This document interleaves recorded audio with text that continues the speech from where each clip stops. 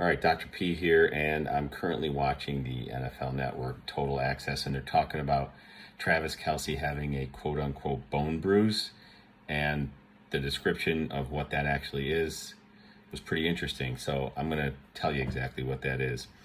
So our bone is hard on the surface, okay? That's called the cortex. It's hard on the surface, but underneath the surface, it looks kind of porous, like coral, okay? So he apparently had a hyperextension injury. Obviously, I don't know exactly what he had because I'm not his physician, but based on what the report was on TV, or apparently what his brother's saying, he has a bone bruise from a hyperextension injury.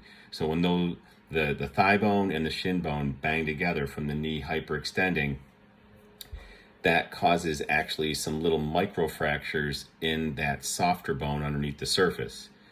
So it's really not necessarily a bruise like you think about, where like you get blood, a bruise on the arm where you get a hematoma or blood there. It's actually little microfractures in the bone. So to say you can just kind of play through it, etc. Yeah, some people probably can, but technically it's like almost like a stress fracture. It may be mild, it may be moderate. It's not a complete fracture where there's an actual crack in the bone, but I mean, a stress fracture can take 3 to 6 weeks or longer to heal. This is more of an acute injury, meaning it just happened. So it's probably going to heal a bit faster, but I think a week is really pushing it, especially with all the weight that these guys and the power that they have.